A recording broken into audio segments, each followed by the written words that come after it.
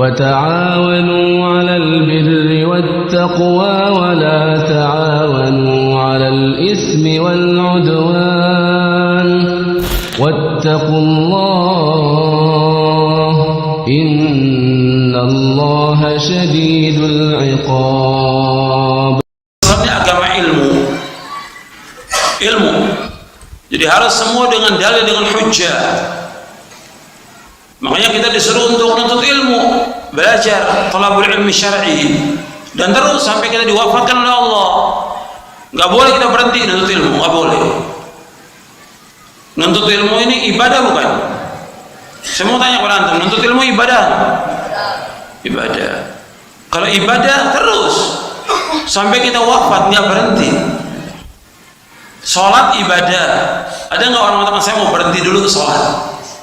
Nggak ada. Terus, kecuali yang haid atau nifas, terus ibadah kepada Allah. Allah berfirman kepada Nabi Muhammad SAW, wa'bud rabbaka hatta ya'tiyakal yakin. Beribadah kepada Allah sampai datang al-yakin. Makanya Imam Ahmad bin Hanbal rahimahullah, Imam Abdullah ibn Mubarak rahimahullah, dan yang lainnya, ketika ditanya sampai kapan wahai imam menuntut ilmu, ila an adkhulal qabr, sampai aku masuk ke liang kubur. Menuntut ilmu itu nggak boleh berhenti sampai kita diwafatkan oleh Allah. Maka antum harus terus semangat untuk menuntut ilmu, nggak boleh berhenti. Belajar terus tentang Quran dan Sunnah apa misal terus sampai diwafatkan oleh Allah. Kita ini dibandingkan dengan para ulama terdahulu sangat jauh, sangat jauh. Dan dulu belum ada seperti sekarang, ada lampu dan segala macam. Sekarang kita sudah semuanya ada dan mudah, tapi semangat kita kurang. Anda lihat Ibnu Jauzi itu dia bilang waktu dia masih muda itu sudah baca 20.000 jilid kitab, masih muda, dan kitab itu belum seperti sekarang cetakannya, masih tulisan tangan. Maksudnya 20.000 jilid, dan saya sekarang masih belajar. Itu beliau sebutkan dalam kitabnya Sayyidul Khatir. Maka itu harus terus belajar, baca kitab-kitab para ulama salaf sampai di waktu. Jangan merasa oh saya sudah selesai di pondok, saya sudah selesai di universitas ini. Enggak cukup, terus belajar sampai kita diwafatkan oleh Allah Ta'ala. Menuntut ilmu sampai kita meninggal dunia.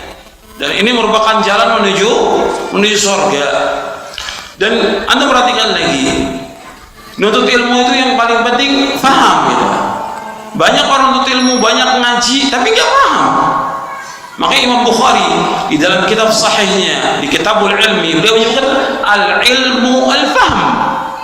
Ilmu itu paham dengan dasar hadis Nabi yang sahih yang diriwayatkan oleh Imam Bukhari dan Muslim dari sahabat Muawiyah bin Abi Sufyan radhiyallahu anhuma, man yuridillahu bi khairan yufaqihu fid din. Barang siapa yang dikehendaki Allah kebaikan padanya, maka dia akan diberikan pemahaman tentang agama. Jadi al-ilmu al-faham, harus paham dengan apa yang disampaikan, dengan apa yang dikaji, sehingga dapat itu. Banyak orang yang ngaji gak paham dia. Bahkan juga ada dai yang dia menyampaikan dia sendiri gak paham. Harus dia paham tentang ilmu itu. Al-ilmu al-faham. Ini penting paham ini. Di samping kita mengikuti pemahaman salafus saleh, juga paham dari apa yang kita kaji, paham. Makanya dijelaskan oleh Al-Imam Ibnu Qayyim Al-Jauziyah di dalam kitabnya I'lamul Muwaqqi'in, tonggak agama ini berdiri atas dua tiang. Tonggak agama tegak di atas dua tiang. Pertama, husnul qasd, niat yang lurus, niat yang benar, niat yang ikhlas. Yang kedua, sihhatul faham, benar pemahamannya. Yang pertama husnul qalb, yang kedua sihhatul faham, tegak agama ini. Dia harus ikhlas dalam semua ibadah, itu harus ikhlas karena Allah. Yang kedua, harus benar-benar faham dengan benar dia, baru tegak agama ini. Nah, kalau kita lihat penyimpangan yang terjadi dari firqah-firqah yang sesat, golongan-golongan yang sesat, aliran yang sesat, karena dia tidak ikhlas karena Allah. Atau yang kedua, dia nggak paham, nggak paham. Makanya Syekhul Islam Ibnu Taimiyah ketika menghadapi tokoh-tokoh ahlul bid'ah, kata beliau, kalau seandainya ucapan kalian aku ucapkan, aku sudah kafir. Aku faham, cuma kalian tidak faham. Kalau ucapan kalian ini aku yang ucapkan, aku sudah kafir. Aku faham, cuma kalian tidak faham. Tapi beliau sayang, yang maksudnya sayang, kesian kepada mereka gitu.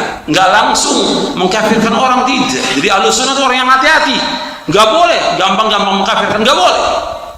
Hati-hati. Membid'ahkan orang juga nggak boleh. Jadi hati-hati dalam itu. Tapi yang bid'ah jelas kita katakan bid'ah. Dan kita nggak bisa toleransi kepada bid'ah, selama-lamanya nggak bisa toleransi kepada bid'ah. Harus jelas kita punya sikap dalam kita beragama. Kebanyakan sekarang orang nggak punya sikap dalam beragama. Harus sikap tegas dalam kita beragama. Dan itu yang bermanfaat dunia dan akhirat. Kemudian ikhwan fillah, jadi ilmu ini penting dalam kita beragama. Harus ilmu dan dalil, hujjah. Yang dikatakan ilmu, kata Ibnu Qayyim, qala Allah, qala Rasulullah, qala sahabat. Sebagaimana dikatakan oleh Imam Adz-Dzahabi dalam kitabnya Sirr Alamin Nubala. Ilmu itu perkataan Allah, Rasulnya, dan juga para sahabat. Sebagaimana dikatakan oleh Imam Adz-Dzahabi, Imam Al-Auza'i, kata beliau, al-ilmu ma ja'a an ashabi Muhammad sallallahu alaihi wasallam wa ma lam yaji anhum falaysa bi'ilmin. Ilmu itu apa yang datang dari para sahabat. Yang datang dari mereka bukan ilmu. Artinya betul-betul para ulama itu mengambil ilmu dari para sahabat. Karena Rasulullah SAW mengajarkan kepada mereka Al-Quran dan Sunnah, dan mereka pahami tentang pemahaman itu dan mereka amalkan. Makanya kita harus betul-betul dengan hujah, dengan dalil dalam kita beragama. Jangan ikut-ikutan. Jangan kata ustaz, kata fulan, kata syekh, kata kiai. Jangan. Agama dalil mana dalil?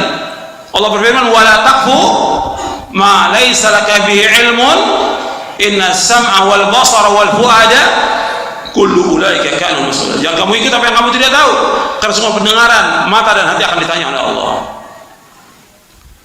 Ilmu dengan dalil. Makanya Nabi SAW ketika ada orang-orang Yahudi, orang Nasrani mengatakan yang berhak masuk surga itu orang Yahudi, yang berhak masuk surga itu orang Nasrani. Allah menyuruh kepada Nabi Muhammad SAW minta hujah kepada mereka.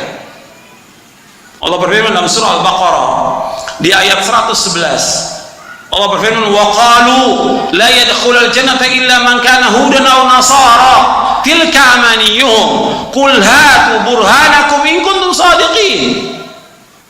Mereka berkata, orang Yahudi nggak akan masuk surga kecuali orang Yahudi atau Nasrani. Apa kata Allah kepada Nabi Muhammad SAW? Qul, katakan kepada mereka, hatu burhanakum in kuntum shadiqin. Katakan kepada mereka, mana bukti kamu, mana hujjah kamu, mana dalil kamu jika kamu orang jujur. Mana buktinya, mana hujjah? Dalam kita beragama dalil, bukan kata orang. Dalil mana? Kalau bukan dalil, berarti dari Quran dan Sunnah. Di agama Islam, agama ilmu, dalil. Yang harus kita pegang dalil.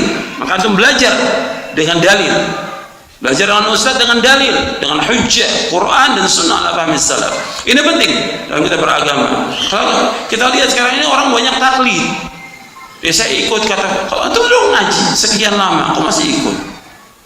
Dalil dibawa, dan sekarang sudah mudah, tinggal buka dalilnya, tinggal baca, kemudian lihat penjelasan para ulama tentang itu dalam mensyarah hadis itu.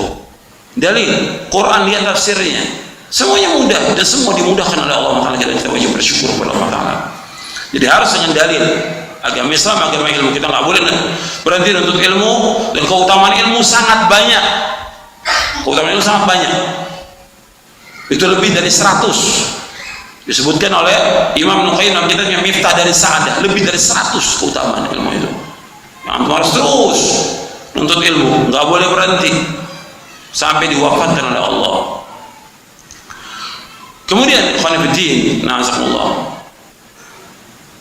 kalau ditanya yang mana yang harus dipelajari lebih dahulu dalam masalah menuntut ilmu, akidah, tauhid.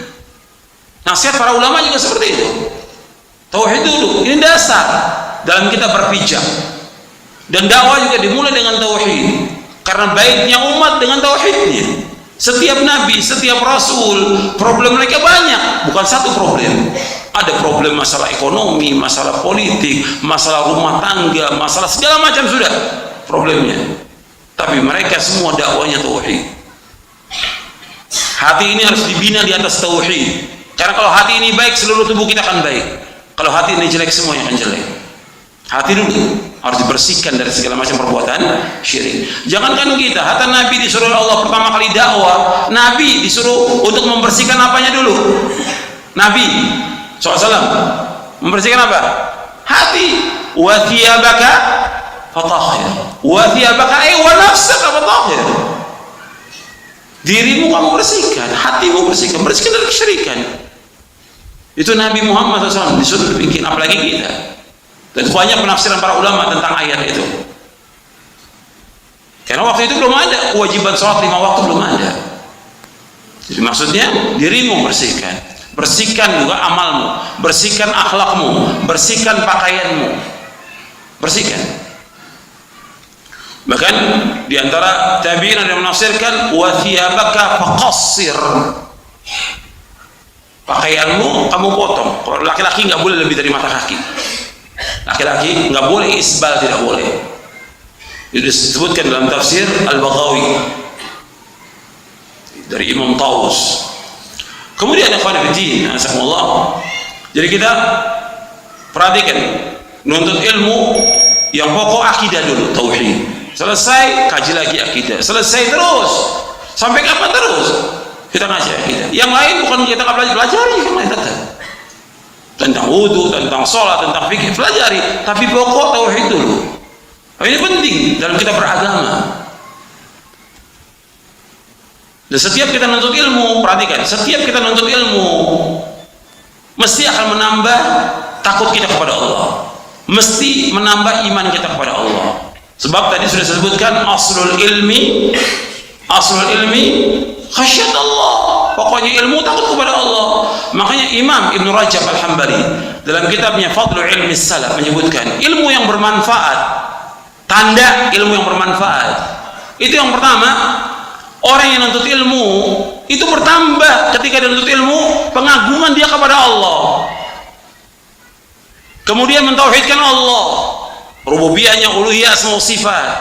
Dia tawakal kepada Allah, dia mengharapnya kepada Allah, dia takut kepada Allah. Kemudian dia mengimani semua qada dan qadar Allah, dan dia redha dengan apa Allah yang menetapkan.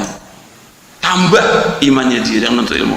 Yang kedua, di antara tandanya kata Imam Ibn Rajab, yaitu dia melaksanakan apa yang dicintai oleh Allah dan menjauhkan apa yang dilarang. Melaksanakan apa yang dicintai Allah dan menjauhkan apa yang dilarang. Yang dicintai Allah apa aja dilaksanakan, yang dilarang kita jauhkan. Ini tanda ilmu yang bermanfaat. Karena setiap hari kita berdoa minta ilmu yang bermanfaat. Allahumma inni as'aluka ilman nafi'a wa rizqan thayyiban wa amalan mutaqabbal. Ya Allah, aku mohon kepada Engkau ilmu yang bermanfaat, rezeki yang halal dan amal yang terima. Itu yang kita minta. Kalau ilmu yang bermanfaat, tandanya disebutkan oleh para ulama. Begitu juga rezeki yang halal, begitu juga amal yang terima.